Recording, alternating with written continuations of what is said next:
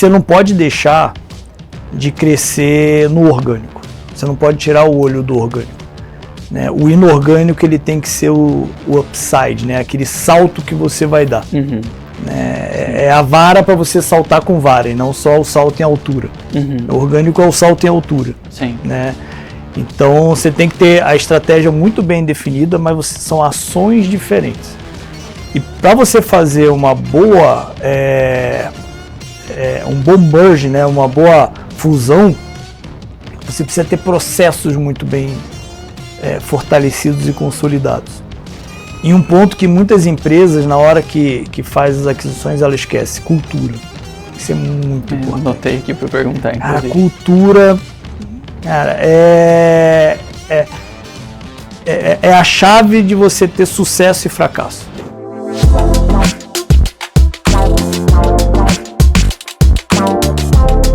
Sejam muito bem-vindos a mais um ApoCast. Eu sou Eduardo Dalu, sócio e fundador do Universo Apo. E hoje, para esse bate-papo, Márcio Viana, CEO da Prime Control, uma das empresas referências em seu segmento no Brasil, com uma trajetória de mais de 20 anos em gestão empresarial. Márcio já liderou transformações estratégicas em gigantes como TOTVS, Ouro Verde, Vale e Ambev. E atualmente com o desafio, né, à frente da Prime Control, em expandir a atuação e presença em mercados estratégicos. Seja muito bem-vindo, Márcio. Muito obrigado, Eduardo. Prazer estar aqui com vocês.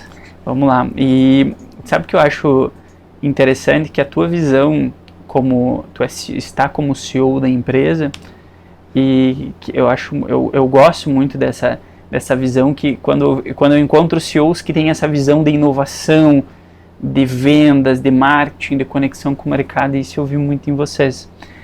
Mas antes da gente entrar nessa questão de quais foram essas estratégias e como vocês viram, qual a tua visão para chegar nesses mercados, inclusive estratégicos que a gente comentou aqui, queria que tu se apresentasse, legal, contasse um pouco o que é a Prime Control. O que é a Prime Control, né? Nós estamos em uma transformação.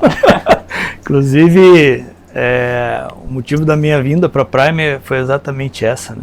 A Prime tem 17 anos e ela é reconhecida no mercado como uma empresa de QA, né? Ela faz Quality Assurance de software, ela garante a qualidade do software. E ela cresceu muito, ela ganhou vários reconhecimentos, né? Ela faz parte do quadrante DSG já por 4 anos seguidos como líder, Great Place to Work e tal. Só que o mundo de tecnologia ele vive em constante mudança. E quando o Everton, que é o fundador da empresa, ele me chamou para conversar, para assumir a posição, eu fiz algumas provocações para ele. Falei, tá, mas o que vai ser o futuro do QA? Será que daqui a 2, 3, 5 anos o QA vai continuar existindo do jeito que existe hoje? E a segunda provocação eu fiz: qual é a tua apetite de repente mudar o teu negócio sem mudar o teu negócio? Né? E não necessariamente o QA vai deixar de existir, mas ele vai deixar de existir como ele é. Sim. Né? E ele falou: não, eu estou disposto a mudar. Sim. Né? E a coragem dele é algo muito importante nessa transformação. E aí os primeiros meses nós redefinimos toda a estratégia da empresa, nós pegamos todas as soluções que a gente entregava e imaginamos elas como se elas fossem produtos, como se fossem empresas, perdão. E aí a gente identificou que nós tínhamos uma solução que, se ela fosse uma empresa, ela era a empresa que mais crescia. Nos últimos 3 anos cresceu a média ano de 70%. Vocês isolaram um produto ali. Isolamos um produto. Sim, perfeito, para fazer análise. Para fazer análise. E aí nós, com isso, nós dividimos a empresa em 3 grandes blocos. O QA, ele continua existindo e nós temos hoje o desafio de inovar dentro do QA, colocando muita inteligência artificial embarcada. Nós criamos uma estrutura focada em Data Analytics, inteligência artificial e Hyper-Automation, né, porque as empresas cada vez mais precisam automatizar seus processos. E uma terceira que foi fruto desse produto, que é focada no segmento da SAP, no ecossistema de SAP. Porque a SAP está indo muito forte, precisando migrar para o S/4HANA, e a nossa solução ela tinha uma IA que acelerava e ajudava as empresas a implantar de forma mais rápida o HANA. Então, projetos de milhões, você imagina você economizar 30%, 20%. Então, isso era um ganho muito grande. Tanto que a SAP, quando viu os nossos cases, ela chamou a gente para ser parceiro. Falei, temos que fazer uma diretoria nisso. Sim. E aí, dentro dessa estratégia, nós estamos focando o nosso negócio em precisamos levar para os nossos clientes, né, soluções que os façam mais eficientes. Né, seja utilizando IA, seja estruturando os dados deles para poder ter mais análises, ou automatizando seus processos. E automatizando seus processos, a gente vai dar a condição dele usar a IA. A gente ajustando os dados deles, estruturando os dados deles, a gente vai dar a condição dos nossos clientes usar a IA. E com a expertise que a gente tem tido em utilizar a inteligência artificial, a gente tem feito os clientes terem ganhos de eficiência de forma assim, ganhos de eficiência de forma muito recorrente e muito rápida, né, com projetos às vezes de implantação, aquele que a gente comentou até pouco tempo antes de começar o podcast, em 2 semanas. É muito rápido. Né? 2 semanas após startado a funcionalidade. Não, o cliente ele me ligou de uma reunião e falou assim, Márcio, tive uma ideia. Você acha que dá jogo? Aí eu sentei com o meu time de inovação, pessoal, dá jogo. Nós criamos uma POC, um teste de conceito, em 2 semanas. Usando a base dele, ele olhou e falou assim, isso dá jogo. Muito bom. Usando inteligência artificial. Então, a Prime, ela deixou de ser uma empresa só de QA, né, e virou uma empresa onde ela usa o expertise dela de engenharia de qualidade, né, de software, para ajudar as empresas na digitalização, né, de todo o seu negócio. Muito bom. Tu vai falando, eu vou anotando, Sim. Não sei nem o que perguntar primeiro. Mas vamos lá para primeiro, porque pelo que eu entendi, tu dividiu em 3 partes, né? A empresa, né? Em que há parte de automações e dados e a parte de SAP ali, né? Isso. Desses serviços específicos. Essa parte que garante a qualidade do software, que é a parte de QA, o que seria efetivamente? Isso é um serviço que vocês oferecem? É um serviço. Nós chamamos de soluções. Por quê? A gente junta serviço com produto e aí entregamos uma solução para o cliente. Então nós criamos produtos que acelerem a nossa entrega, melhorem a nossa entrega. Então eu crio um produto onde eu posso botar um funcionário júnior que ele entrega como um sênior. Ou ao invés de eu ter um squad com 10 pessoas, eu posso ter um squad com 6 pessoas. Então isso a gente chama de solução. Então a gente junta produto com serviço e entrega uma solução com base num desafio do cliente. E o que é a qualidade do QA, né, a qualidade de software? A pessoa ela desenvolve lá, fala, eu quero que o meu software ele faça isso. Só que o desenvolvedor está lá desenvolvendo, chega um momento que não dá certo. A gente garante que os códigos eles estão escritos de forma correta, dentro da lógica que foi especificada para ele desenvolver. Sim. Né? Então a gente tem uma visão holística do desenvolvimento, end-to-end, desde o início até a entrega final. Então a gente faz essa garantia. Olhando mais para a regra do negócio. Para a regra do negócio ou para o próprio software. Né? Vou desenvolver aqui só uma trilha, eu quero que essa garrafa saia daqui e venha para cá. Eu preciso garantir dentro do software que ele faça esse movimento de forma correta, que não haja invasão, que o código não seja corrompido, que esteja dentro das regras de segurança por conta de cybersecurity, que é um tema muito importante. Sim, muito bom. E essa parte de automações, o que seria ela? É o que muita gente conhece como RPA, que são os Robot Process, né? Automation. Só que o RPA, quando a gente olha o que está acontecendo com a inteligência artificial e vindo os múltiplos agentes, a gente prefere falar muito em automação. Porque você pode usar automação com robô ou direto com agente. E internamente a gente até brinca, né, que a inteligência artificial muitas vezes é um robô anabolizado. Sim, boa. Você faz o robô e dá aquela melhorada, ele vai lá e vira quase que uma inteligência artificial, né? Sim. Então, essa parte de automação é isso. Então, a gente automatiza processo. Vou dar um exemplo dessa automatização. Uma das nossas soluções, que acabou virando a diretoria de SAP Solution Service, nós criamos um robô com IA onde a gente coloca dentro do sistema do cliente, ele lê todos os processos do cliente E aí você tem o escopo do que a desenvolvedora precisa colocar na implantação do sistema. Na hora de fazer o teste isolado, integrado da implantação do ERP, quem faz é a inteligência artificial, não é mais o que usa. E com isso a empresa ela tem um ganho absurdo, porque eu automatizo o processo. Para você ter uma ideia de eficiência, nós fizemos um teste num cliente, a gente chama de cenários de teste, que seriam linhas de processo, trazendo para uma linguagem mais coloquial. Nós fizemos 128 mil cenários de testes em menos de 24 horas, o que levaria talvez um mês para os usuários fazerem. Uau. Nós fizemos em menos de um dia. E aí entraria um pouco no QA também, né? Entra no QA. É difícil, né, separar. Exatamente, por isso que ele estava conversando, que é difícil. E o QA, aí é onde entra a transformação do QA. Porque antes você fazia o QA com o que o mercado chamava de tester. Você tinha lá aquele cargo do teste. Não, quem é você? Eu sou o tester. É o garoto que fica lá testando para ver se está funcionando. Sim. Hoje não é mais assim. Sim. A gente tem a GoFi, né, que é um software no code, e a gente está investindo muito em IA nela para a criação dos processos via IA. Então tu consegue ir lá dentro da GoFi, ela trabalha muito com o Kanban, né? Aquele padrão de fluxos automatizados e tudo mais. E a gente estava na discussão do QA. Quem que seria o nosso QA? E a gente tinha, tradicionalmente, pessoas que cuidavam disso. E a gente falou, cara, o nosso QA vai ser a própria IA. Que vai ficar rodando alguns processos específicos ali dentro. Para garantir que está correto. E aí a gente brinca aqui, a gente fala que tem clientes nossos que são os nossos QA também. Porque usam a ferramenta em um nível. Eu falo assim, tem cliente nosso que conhece mais a GoFi que a gente. Né? De tanto que usa a ferramenta. E aí você pega o teste lá. E aí a gente pega o teste. Só que a gente evita que teste lá. Nós temos uma solução que a gente chama de Device Farm. O que é o Device Farm?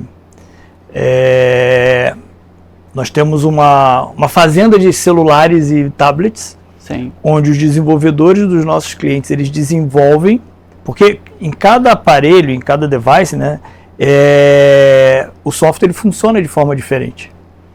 Então ele desenvolve num software, uma das nossas soluções, que imita, né, vamos trazer de novo uma linguagem mais coloquial, o aparelho, só que o meu time, ele monitora fisicamente o aparelho. Então, se der algum erro, por exemplo, no aplicativo da Vivo, eu consigo perceber antes do cliente.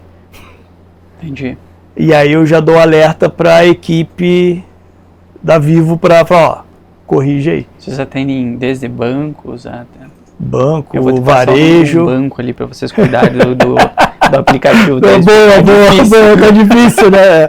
E tem banco grande que não tem, rapaz. A gente tem conversado com alguns que você fica apavorado. É impressionante. E eu tô falando que realmente ontem eu tava tentando, e aqui, ó, de onde eu entrei em contato com o banco, de novo, que eu não vou falar o nome, posso até te falar depois, e eu falei, não é possível que de novo tá dando problema na emissão do boleto. Eu falei, vocês não querem que eu pague?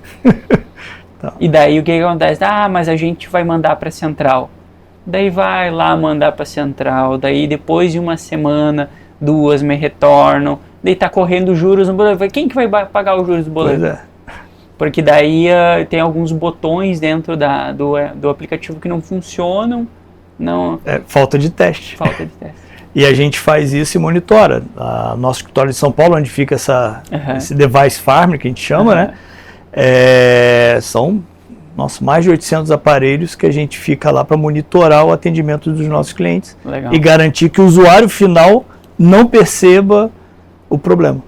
Aí entra, antes de a gente sair, eu quero ficar um pouquinho mais em produto aqui, porque eu acho interessante essa conversa que a gente entrou, porque a gente teve algumas discussões dentro da GoFi.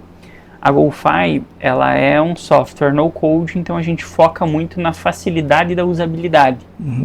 Então a gente não quer ganhar grana com a parte de serviço. A gente quer com o usuário. Sim. Utilizando. Lá a gente tem os parceiros que daí fazem as implantações, ganham seus valores lá para fazer as implantações.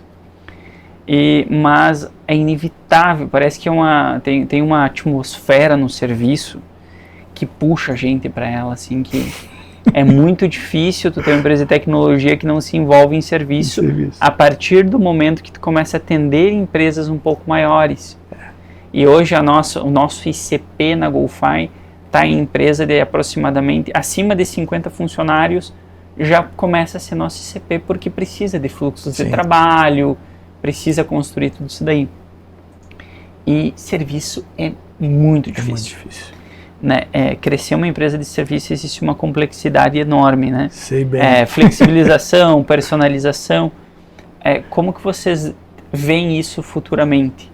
Porque se eu vou fazer o mesmo exercício que tu fez com o fundador, se pegasse um pedacinho de mundo daqui 10 anos, com a inteligência artificial dobrando o potencial de processamento a cada 3, 4 meses, 6 meses, essa parte de serviço, tu acredita que vai continuar existindo? Eu acho que tende a diminuir. Porque cada vez mais, vamos falar mais no mundo tech, né? Sim. Cada vez mais a excelência da entrega vai ser grande. E com os no-code, low-code e os agentes de IA, você vai conseguir personalizar de forma muito mais fluida, com menos intervenção do humano. O humano ele sempre vai existir. Ainda vai ter ali um human looping ali em algum momento, mas com menos necessidade do que nós vivemos hoje.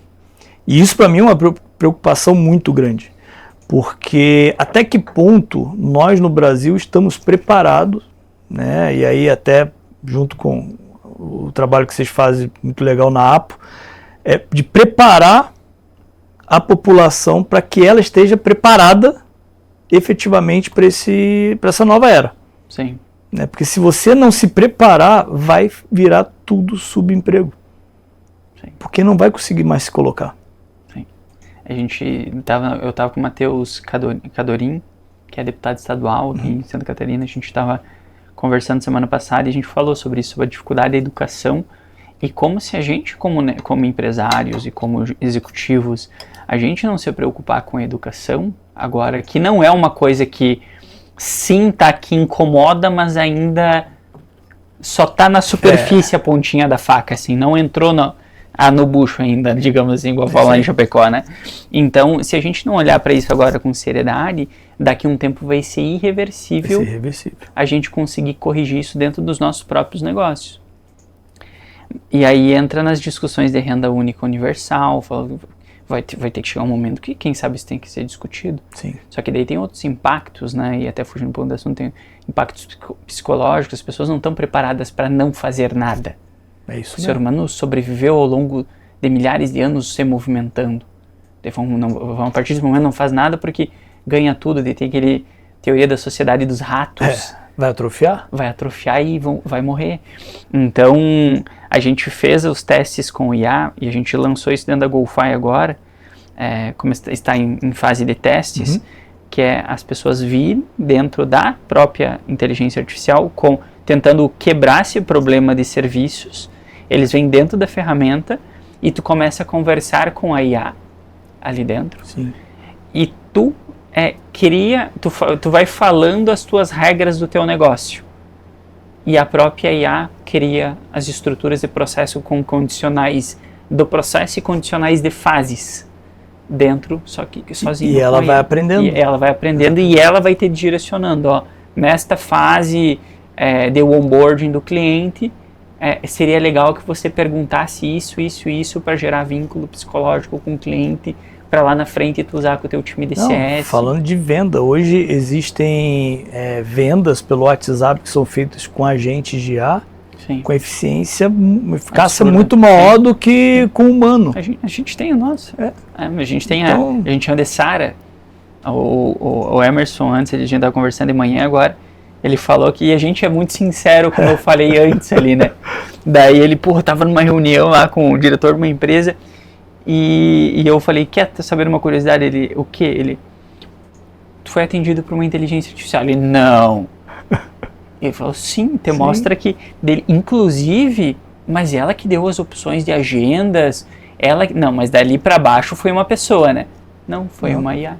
A gente tem uma IA que ela faz o atendimento, a gente chama de N1 e N2, né? São aqueles primeiros atendimentos de chamado, de problema na tecnologia. O N1 e N2 já é feito por agente já.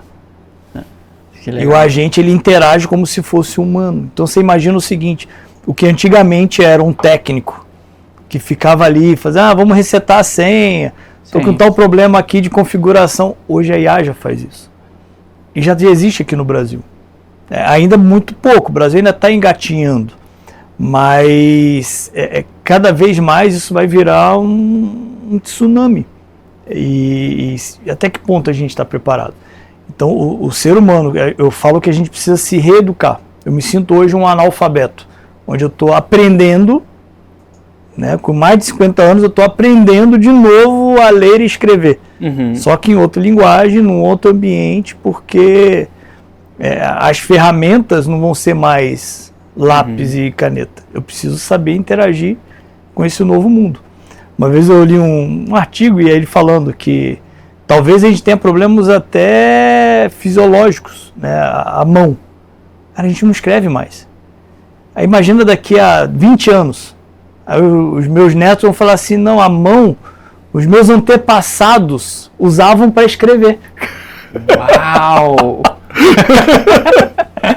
Nossa, é verdade. Vai ser um negócio assim meio... Né? Não tinha refletido sobre isso.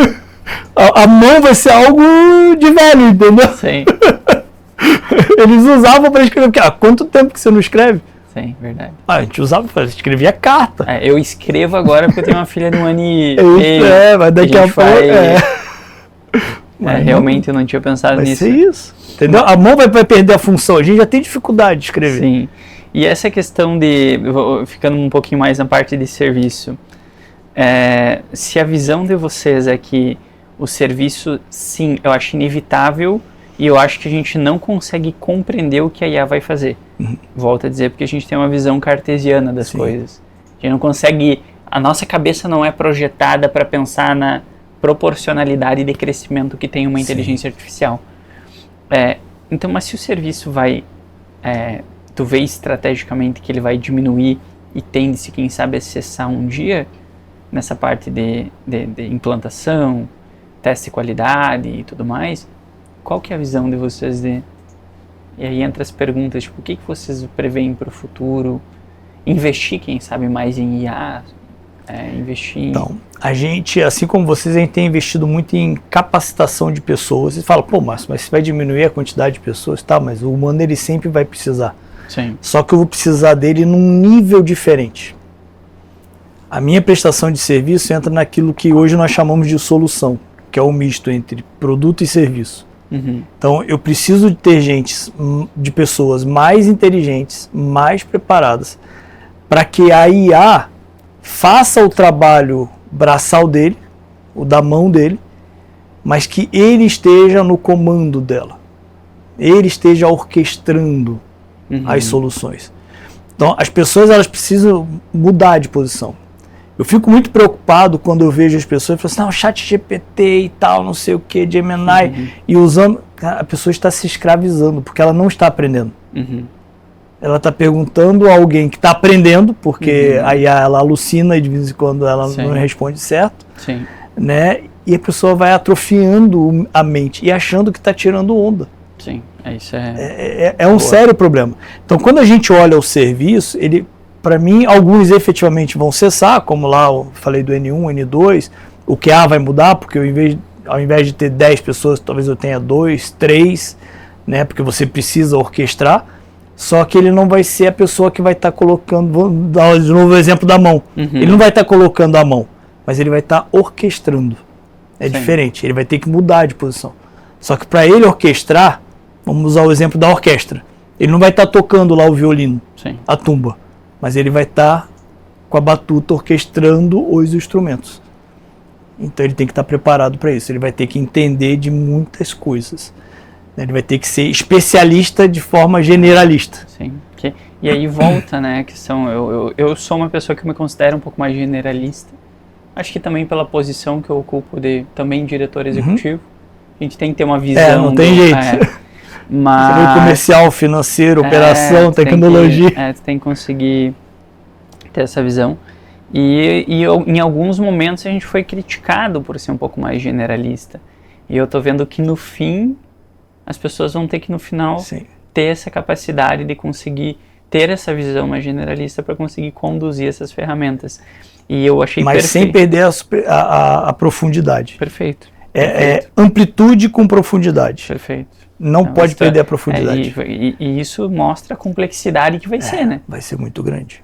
Porque a maioria das... Eu não sou uma... E os nossos clientes falam, nossa, Eduardo, tu entende tanto de tecnologia. Eu falei, gente, eu não entendo nada de tecnologia perto deles. Mas você estuda? Mas eu estudo para conseguir ir um pouco mais fundo nas discussões. É isso aí. Entende? Eu brinco com o meu time, né? Eu falo assim para eles, vou até contar a história toda, eu falo assim para eles assim, vocês não vão acreditar, mas quando vocês tinham 6 anos, vocês não sabiam ler e escrever. Agora imagina com 30. Será que vocês não vão conseguir aprender outra coisa? Boa. Nossa, não tinha...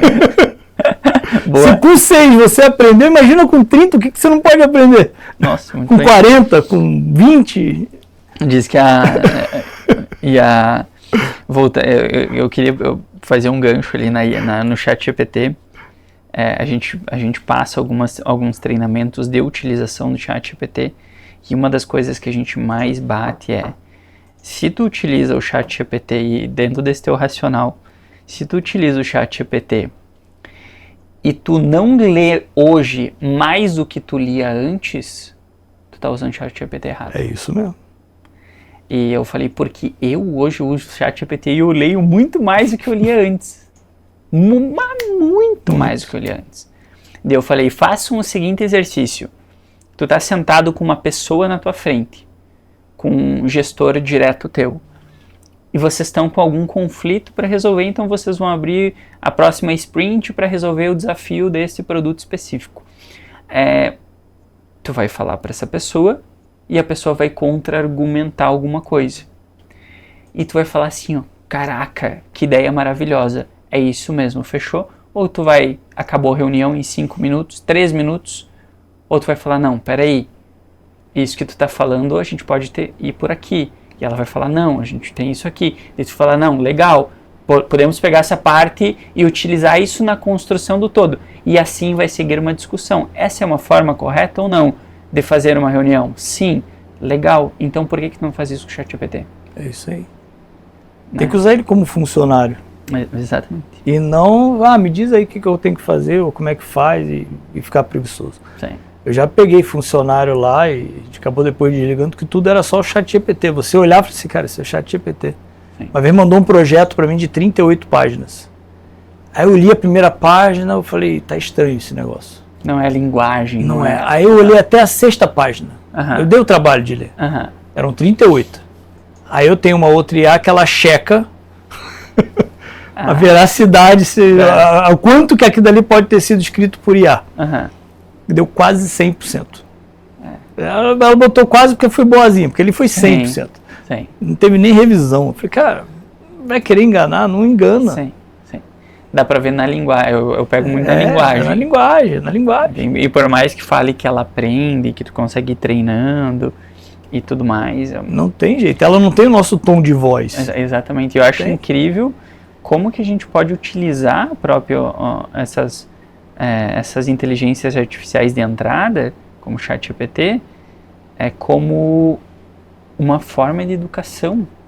Eu acho maravilhoso. Você pode acelerar teu conhecimento. Exatamente. Por exemplo, aqui, a gente tem uma ordem da pauta que a gente monta, e o que eu faço? Eu falo, legal, eu não entendo deste mercado, mas eu vou fazer o seguinte, então eu pego essas perguntas específicas e eu falo, me acha a fonte disso, mas me traz uma curiosidade sobre este assunto específico. Isso aí, você vai acelerando o conhecimento. Exatamente. Aí ele é bom.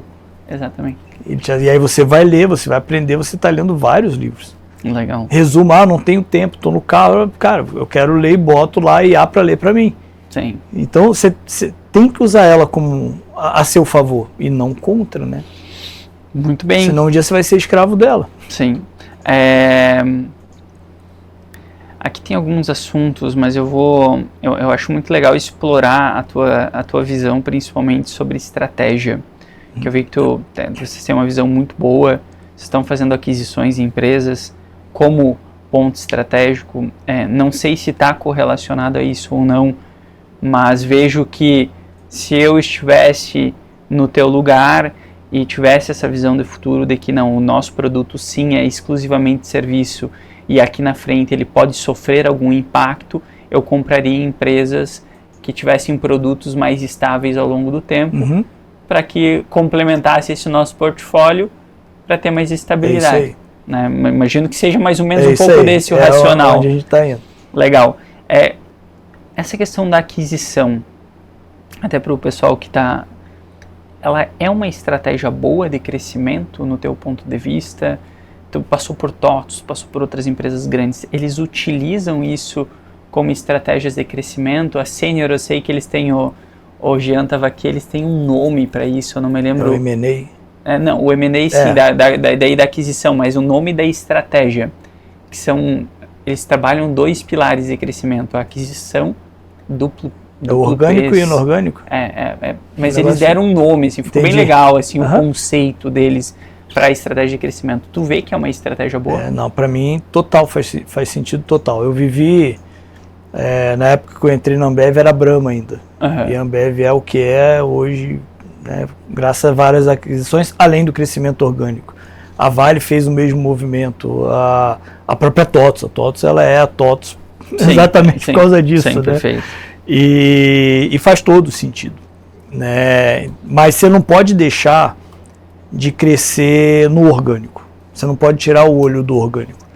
Né? O inorgânico ele tem que ser o upside, né? Aquele salto que você vai dar. Né? É a vara para você saltar com vara e não só o salto em altura. O orgânico é o salto em altura. Sim. Né? Então você tem que ter a estratégia muito bem definida, mas são ações diferentes. E para você fazer uma boa, um bom merge, né? Uma boa fusão, você precisa ter processos muito bem fortalecidos e consolidados. E um ponto que muitas empresas, na hora que faz as aquisições, ela esquece: cultura. Isso é muito importante. Anotei aqui para perguntar, inclusive. Cara, cultura, cara, é a chave de você ter sucesso e fracasso. Né? E infelizmente, muitas empresas não dão valor para isso. E qual é a cultura que a gente precisa ter para ter uma empresa vencedora? Então, isso o dono tem que ter. E aí não existe cultura certa e errada. Existe cultura. Assim como não existe estratégia certa e errada, existe estratégia. Né? Agora, existe a cultura que vai te levar para um próximo nível, como vai ter cultura que vai te levar para o buraco. Sim, sim. Né? A cultura. Sim. A gente tem um cliente nosso que fez uma aquisição recente, esse mês inclusive. Mês que passou, né? E... Enfim, olhar os dados da empresa, tudo certo. Quando entraram na empresa, depois da aquisição, nossa. E ele falou assim, Eduardo, está sendo um aprendizado fantástico.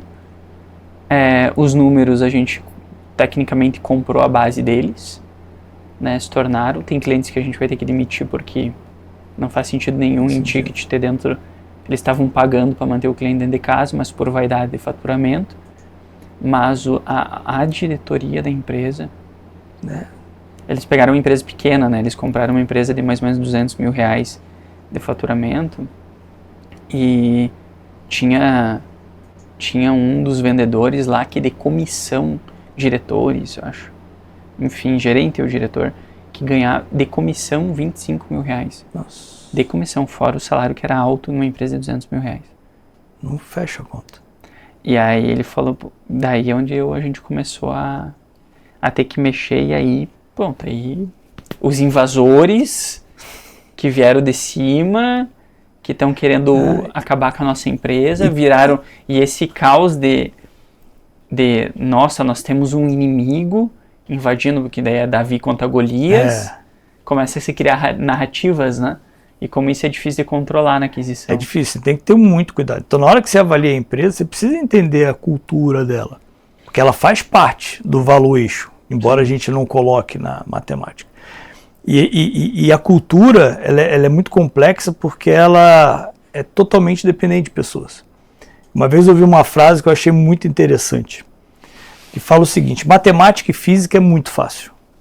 Então, quando você faz o valuation, é matemática. É simples. Cara, 1 mais 1 é 2. 2 mais 2 é 4. Se você pegar um tijolo e jogar no lago, ele vai afundar. Né? Se você jogar um isopor no lago, ele vai afundar. Agora, taca uma pessoa no lago.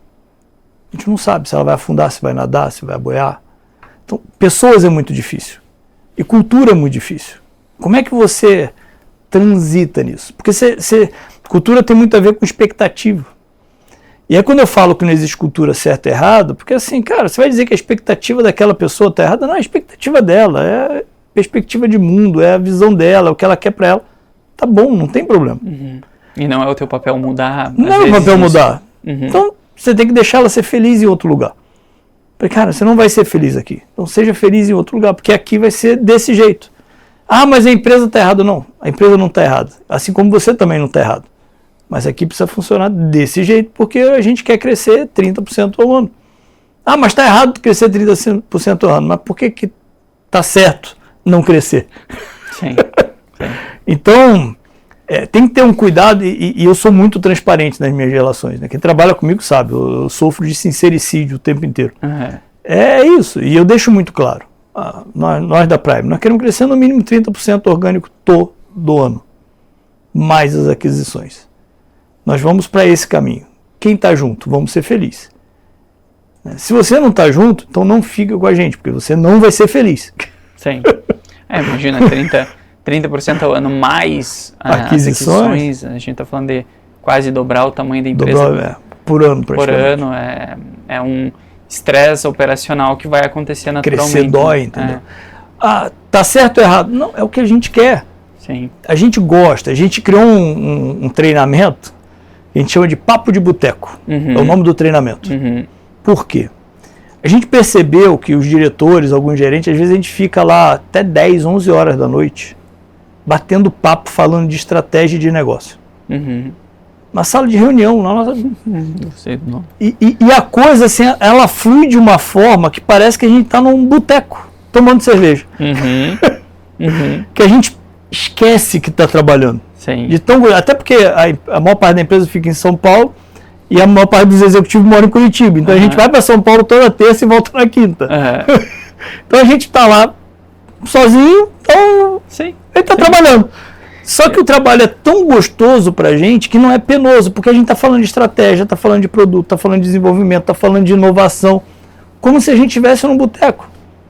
E aí a gente falou assim, poxa, a gente poderia criar um treinamento para o time comercial chamado Papo de Boteco, onde o treinamento vai ser esse tipo de conversa que a gente tem fora do horário.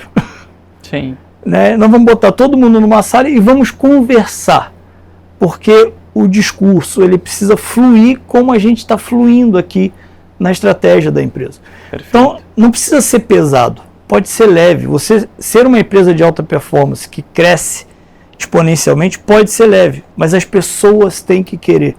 E não precisa trabalhar 12, 14, 16 horas por dia. Uhum. A gente só fica porque está fora de casa, né? Então a gente acaba ficando porque tem sido gostoso. Sim. O ambiente tem sido gostoso. A cultura, né, e a interação entre as pessoas tem sido gostosa. Sim. Então a gente precisa de uma empresa assim. Por isso que a cultura é tão importante e relevante numa aquisição. E na hora que você vai analisar, você precisa entender. Precisa conhecer. Por quem são as pessoas? Por que a empresa está desse jeito? Será que vale a pena continuar com todos? Nem sempre vai continuar, infelizmente. Né? E não é ser ruim. Ah, mas vai demitir. Não, porque ela vai sofrer. Sim. Então você precisa deixar ela ser feliz em outro lugar. Né? E não tem nada de errado nisso. Sim. Isso que você falou dessas discussões, eu acho que isso tem na história dentro se eu não me engano, dos persas faziam isso e os romanos também. Os romanos, inclusive, chamavam de convivium. Né? A ideia de que eles discutiam um projeto, um problema, geralmente era um projeto, se eu não me engano, e depois de discutir esse projeto, eles bebiam vinho. e discutiam esse projeto em outro momento novamente, bebendo vinho. Bebendo vinho. E se nos dois momentos eles tivessem conclusões parecidas, quer dizer que Que era um bom projeto. Porque, obviamente, né, a gente não está fazendo apologia ao álcool. álcool, né, por favor. Mas parece que eles discutiam isso de forma mais leve, né? Então é isso que se dizia. E realmente a gente tinha um hábito no início mais no início da empresa, quando as coisas eram muito mais rápidas do que são hoje. De sexta-feira também a gente ficava lá e conversava, daí tipo, eu toco violão, daí pegava o violão, daí a gente ficava tocando um pouco, discutia, e sempre em cima de negócios, porque é o nosso mundo, né? É o nosso mundo. E aí as melhores ideias surgiram ali. É isso aí. E isso o remoto inibiu, tirou. Sim. Tirou. Exatamente. Tirou total. Exatamente. E pode ser leve. Eu acredito que pode ser leve. Sim. Você pode ter um time de alta performance, focado, que não precisa trabalhar 16 horas, 14 horas, mas que esteja engajado na estratégia e leve. Mas aí tem maturidade desse time também. Exatamente. Né? E nem só competência técnica, né? Tem que sonhar junto. Eu, durante um tempo, na nossa unidade da TOTOS, a gente falava que não contratava profissionais. Nós convidávamos as pessoas a construir a empresa dos nossos sonhos. E ali a gente explicava na entrevista qual era o sonho da empresa. Né? E vamos construir junto? E ali a gente conseguiu construir uma unidade de alta performance num clima extremamente leve, onde a gente não precisava trabalhar mais do que 8 horas por dia, e todo mundo se gostando. Tinha as dores, tinha os problemas, normal, mas era gostoso. Né? Era gostoso. Era porque eu não estou mais lá, né? Para eles ainda deve estar sendo. Aonde que é? Em qual região? A unidade de Curitiba. Curitiba. Que é um polo. Sim. E por causa disso, nós convidávamos as pessoas a construir a empresa dos nossos sonhos. E a gente explicava qual era o sonho da empresa. Esse é o nosso sonho. Nós queremos crescer quase 40% todo ano. Eu acho que e o importante ressaltar é que é aí que começa, às vezes, uma boa estratégia de vendas, uma boa estratégia de marketing. Começa nesse ponto de saber o que tu quer como negócio. E ali a gente colocava qual era a expectativa que eu tinha para aquela pessoa naquela posição, o que a gente imaginava que ela podia ser depois de alguns anos, o protagonismo que a gente queria dela. Tanto que o engajamento do time era muito grande em prol da estratégia da empresa, do resultado da empresa. A gente tinha o hábito, como marco, todo fechamento de mês a gente fazia um churrasco. E aí eu pagava carne e eles pagavam a bebida, os funcionários pagavam a bebida. Se eu não batesse a meta, eu não queria saber de festa nenhuma. Sim. Mas eu comi mais churrasco do que deixei de comer. Raramente teve mês que não batia. Mas às vezes até com esforço a gente fazia, falava, vamos comemorar que vale a pena. Sim, chegou muito próximo. Porque era muito junto, entendeu? Sim, legal. Era muito junto. Muito então, esse engajamento do time tem que ser em prol de um algo comum.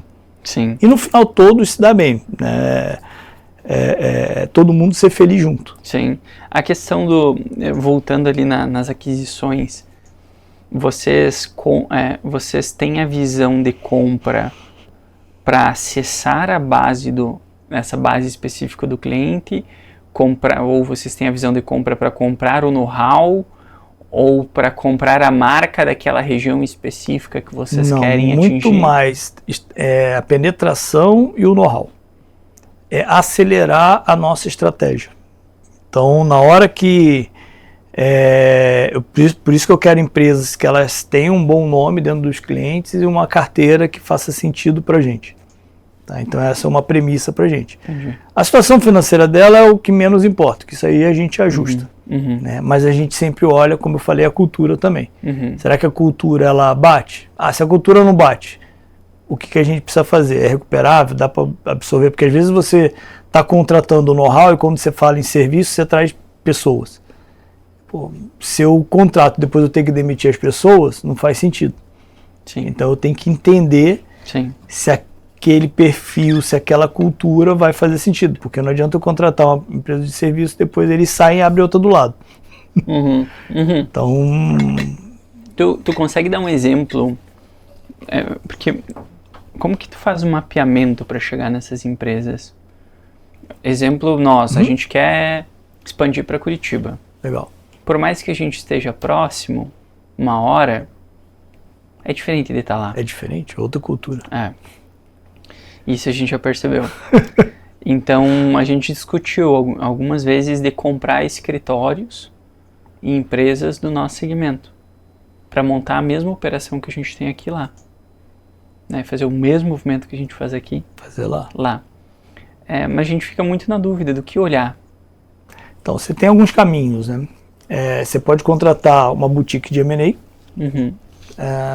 Tem banco que ajuda. Né? Tem mesas, dependendo do tamanho da operação, eles ajudam. E outra é mapear efetivamente os concorrentes e fazer o que geralmente eu faço, né? Eu gosto muito do almoço, do jantar. E aí você vai conversando com o founder, com o dono, tentando entender como é que está o momento da empresa, se ele tem vontade de uma fusão, de ser vendido. E tem que ser um trabalho de muita paciência, você não está comprando uma camisa. Às vezes uma fusão vai levar 2 anos para você construir ela. Se for rápido, leva 6 meses, 9 meses. Tem que ser muito assim, porque é uma união. E ela precisa ser muito bem consolidada. Porque você pode criar uma guerra, como o exemplo que você deu. Você pode criar uma guerra. É o Golias contra o Davi, aí a pessoa... De ambos se defendem, acham suas verdades. É isso aí. Aí o valuation que você comprou já não vale de nada, porque o cara começa a boicotar cliente, você começa a perder cliente e o fluxo de caixa futuro que você projetou já está furado. Então isso tem que ser muito bem costurado. E aí, obviamente, né, a ética nisso ela é muito importante, porque, cara, se você começar bem, tende a terminar bem. Obviamente no meio você vai encontrar gente que é mau caráter, aí pula fora. Porque possivelmente o dono que é mau caráter, a empresa dele já deve estar toda torta, né? Então, essa construção é um trabalho de conhecer, de conversar, de bater papo. Às vezes parece até meio inútil, né? Mas é um namoro. Vamos indo, vamos conversando. E tu não força um relacionamento. Você não força o relacionamento, você vai entendendo, fala, faz sentido. Começa a entender os clientes, aí você pergunta, como é que é essa empresa? É aquele negócio de antigamente, né? Chama pra sair. É isso aí, pega na mão. É por aí. Eu vou muito nessa linha. Legal. Obviamente, na hora de negociar, negocia. Mas até chegar na negociação, é um trabalho de mapeamento para dar certo. Uma das coisas que a gente viu, e eu queria ter a tua opinião também, é que as empresas que a gente iria comprar, e isso foi uma coisa que eu vi, na verdade, são empresas de pessoas mais jovens. E como alguém que está com 30, né, na casa dos 30, 32 agora, e eu sei as dores que eu tenho como empresário e todas as fraquezas. Eu acredito que eu saiba pelo menos um pouco delas. E uma delas é ser novo. É não ter passado por algumas coisas. Sim.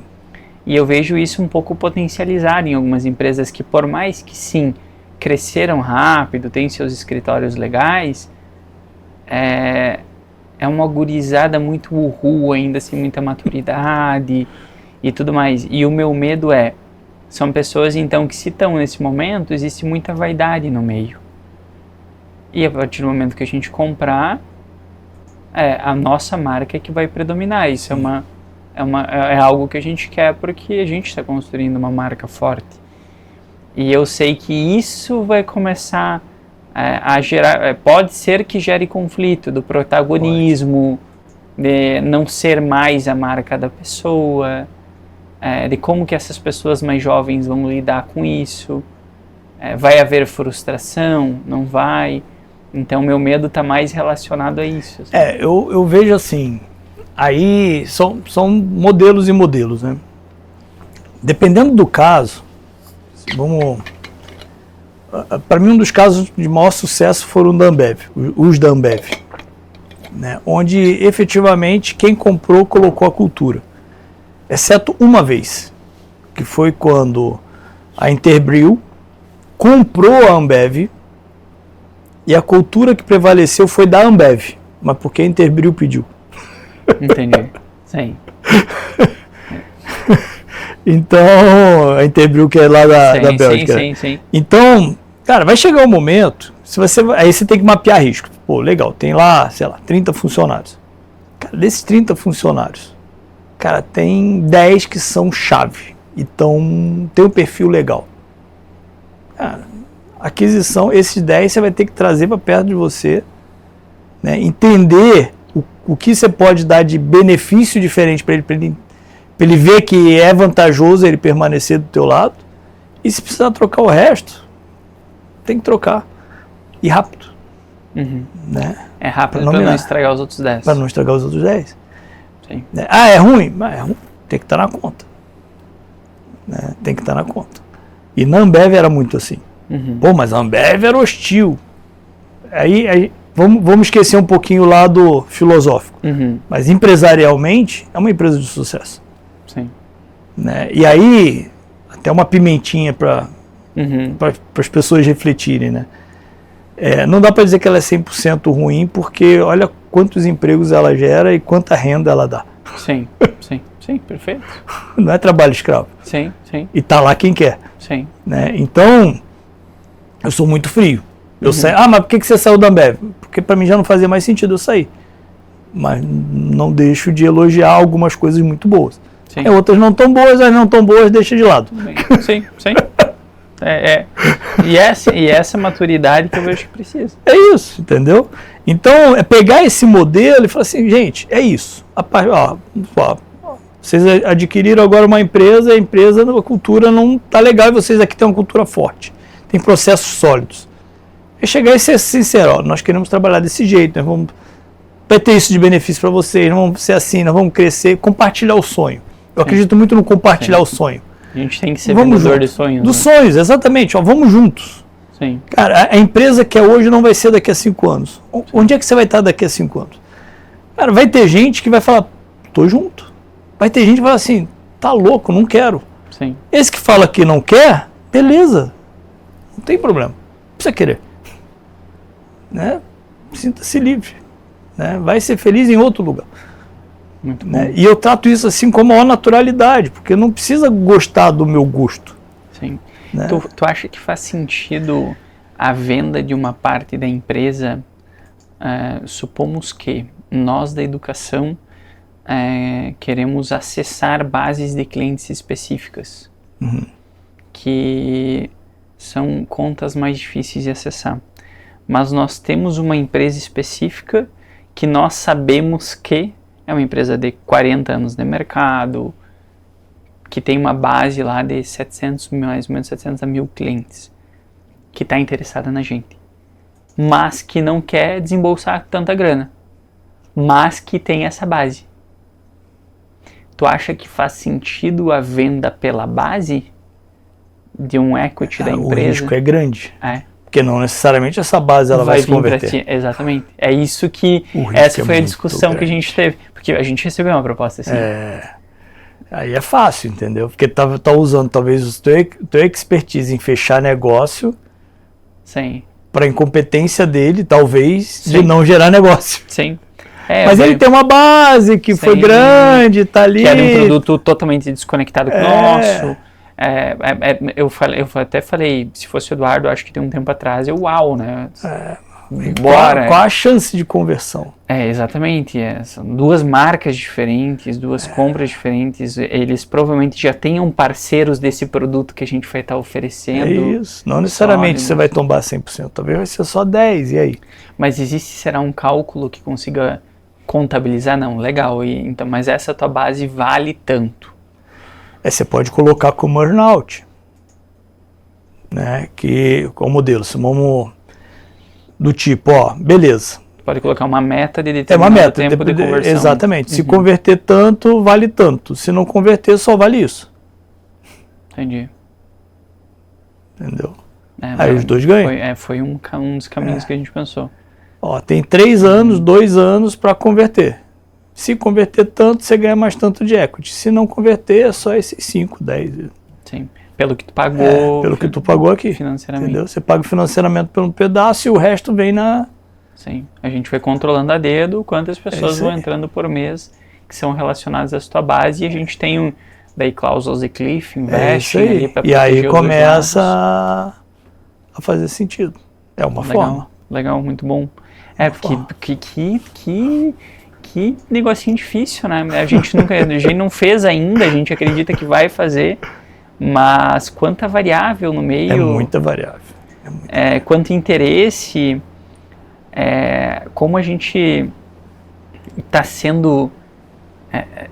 a gente sente nas pessoas... Vocês estão seduzindo. Exatamente. A gente está seduzindo o mercado, só que a gente não sabia que a gente teria uma sedução forte, assim, sabe? Aí eu não sei se você já ouviu o Flávio Augusto uma vez falando, né? Que a primeira vez que ele recebeu uma proposta para comprar era o WhatsApp. Aí era uma grana muito grande, não lembro o valor exato. E aí ele parou, ele falou...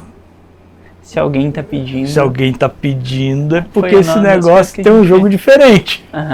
E aí ele pediu um mês, ele fez, não vou vender não. E aí vendeu 10 vezes mais caro. Sim. Essa é a reflexão que a gente está fazendo. Uma das coisas que a gente percebeu é que sempre quando vem a proposta, isso a gente viu, vem a condicional de eu, Eduardo, ter que estar no negócio. Daí levantou a ideia de que não, eles estão comprando também a questão do executivo. Está comprando o executivo, a expertise de vocês. Então, eu achei um mundo fascinante, porque eu não tenho experiência com esse mundo. Não, é muito gostoso. Eu adoro M&A, turnaround, é uma coisa que... Foi um dos motivos que eu quis sair lá da TOTVS, né, da franquia, porque eu era uma franquia, né, então... Sim. Eu não estava conseguindo me mexer, mas esse movimento do turnaround, do M&A, ele é fascinante. Consegue explicar um pouco mais? Em que sentido? Tu comentou do M&A? M&A e turnaround. Então, o turnaround é quando você pega uma empresa ruim e faz ela ficar boa. Ou você pega um cenário do zero e faz ele exponencializar. Né? Então, você tomba a empresa. Né? E o M&A é como você vai juntar as empresas, né? Essa estratégia. Mas aí tu não investe dinheiro na empresa. Não, eu entro como executivo, é meu expertise. Igual o sócio. Eu sou... Exatamente, do programa. Então, assim, eu sou o executivo, eu vivi isso. Eu vivi isso na Ambev, eu vivi isso na Vale, eu vivi isso na TOTVS. Turnaround e M&A. Então... Esse eu não sabia que existia esse termo. Esse termo, então, eu adoro isso. Legal. É uma coisa que é pra louco. Esse é mais desafiador ainda, né? Imagina. É pra louco. Você pegar e falar, aqui tem negócio legal. Porque e não necessariamente é um negócio ruim. Né? Às vezes tem um negócio que tá bom, lucrativo, você fala, cara, mas... Mal gerido. Pode ser muito maior. Não, até bem gerido, mas você fala, cara, mas tá muito redondinho, mas... Vamos criar o caos para ficar bom? Sim. Ficar melhor ainda? Sim, vamos né? botar a lenha na fogueira. Exatamente. Às vezes ele tá ali redondinho, tá dando dinheiro e tal, mas tá ali. Sim. Mas vamos movimentar para ele dar uma... Legal, aí... Essas são as nossas reflexões, assim, muito de... Será que vale... aquele negócio, né, como a gente falou antes ali, a gente fez muito já sem dinheiro. Então, agora então, vocês já estão gerando caixa, aí tem que entender. Então, vale a pena fazer essa injeção mais violenta. E a gente viu que, como a gente está... Agora, a gente está em meio a uma crise e a gente está recebendo proposta. Então, quer dizer que a crise, ela sempre vai existir. Sempre vai existir. Né? Mas... Sempre. E agora, na verdade, olhando por crise, é um momento bom para aquisição de empresas nesse sentido. Total. No momento da bonança é o momento de você juntar caixa para no momento de crise você comprar as empresas. Isso eu aprendi com o Roger, que foi o presidente da Vale. Cara, na hora que está tudo bem, junta dinheiro. Porque na hora que a crise vai vir, na hora que vem a crise, é o momento de você comprar a empresa. Quem que é o... Roger Agnelli. Ele era o CEO da Vale quando eu trabalhei lá. Legal. Eu falava, faz todo sentido. Sim. Na hora que ela tá voando, junta. Porque a crise vai vir, na hora que vem. É cíclico. É cíclico, né? Cíclico. Na hora que ela vir, você tá forte para comprar. Que montanha russa que é ser executivo no Brasil. Exatamente. Por isso que a gente acha que é tão bom, né? A gente é tão criativo. Brasileiro é fantástico. É incrível como a gente consegue ter jogo de cintura para sair de situações específicas, né? É isso mesmo. Pra gente até finalizar, a gente não chegou na metade da pauta, tinha muita coisa para conversar ainda. Tem que marcar outro. A gente sempre faz 2 perguntas no final das nossas entrevistas. A primeira delas é: se tu pudesse voltar lá no início, quando tu começou a ter os primeiros passos como um executivo, e tu estivesse frente a frente com você, qual seria o conselho para ti mais jovem? Cara, acelera que vai dar boa. Não tenha medo. Não tenha medo, não tenha medo. Eu tenho uma história até nisso que é de pai para filha. Eu tenho 2 filhas, né? Já casadas já. E eu sempre quis ser atleta. Aí eu queria ser jogador, depois eu queria participar de Olimpíada, mas eu nunca fui muito bom assim para nada e meu pai nunca apoiou. E aí acabei sonhando em ser executivo. Falei assim, não, então eu quero ser executivo. E aí me preparei para ser executivo, focado, igual atleta que foca. Eu falei, bom, vou ser executivo, quero ser diretor de empresa, é o que eu quero, e fui me forjando, né, literalmente. E hoje eu sou atleta, faço triatlo. O que isso tem a ver? Muitas vezes a gente fica naquela e fala assim, não, eu quero fazer o que eu gosto, eu quero fazer o que me dá prazer.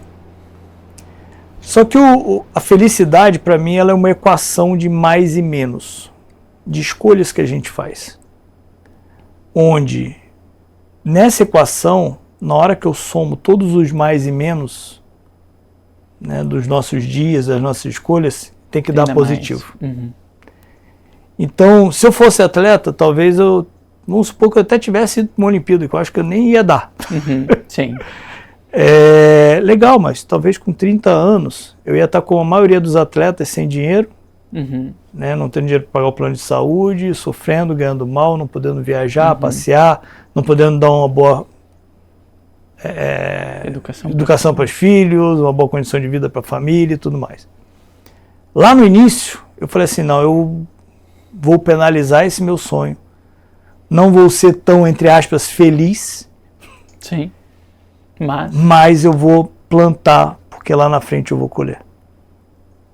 E hoje eu consigo ser atleta, né, participar das minhas competições, de esporte, perfeito, né, e consigo ter o trade-off, ter todas as condições, e na hora que eu somo esses mais e menos ao longo dos meus dias e dos meus anos, eu falo assim, a equação deu positivo.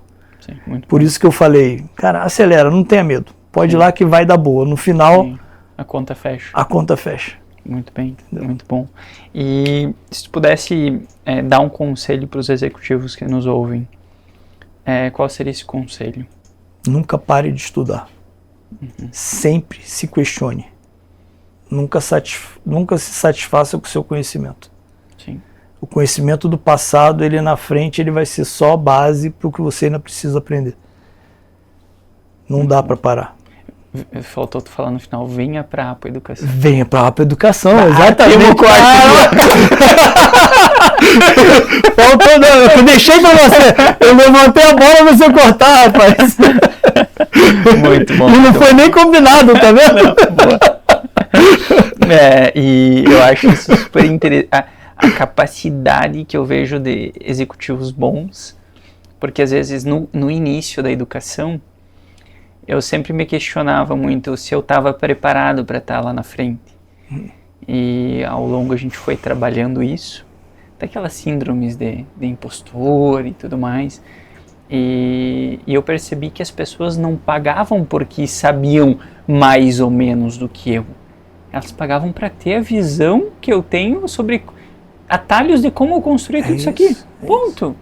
Se às vezes tivessem um insight, igual o Tarcísio da Sólidos falou, ou o pessoal da Solturi, na mesma imersão, no outro dia eles vieram falar, lembra aquela conversa que a gente teve no almoço, nem foi na educação, que tu falou para pegar, que eu falei para ele, faz o seguinte, pega a inteligência artificial, grava as reuniões dos teus 10 melhores vendedores, tenta achar, joga dentro da IA, tenta achar um padrão de correlação de spin dentro de todas essas reuniões que tu gravou desses 10 melhores vendedores, e tu vai ter um spin montado ali para te usar como treinamento para treinar o restante. E ele, pô, não tinha pensado. Eu falei, pô, faz isso. A gente tem usado isso lá. E ele fez. É isso. E o Tarcísio também parece que fez alguma coisa parecida e fechou o melhor contrato da empresa dele. É uma empresa também não tão grande, mas já com seus 100 e poucos funcionários, né?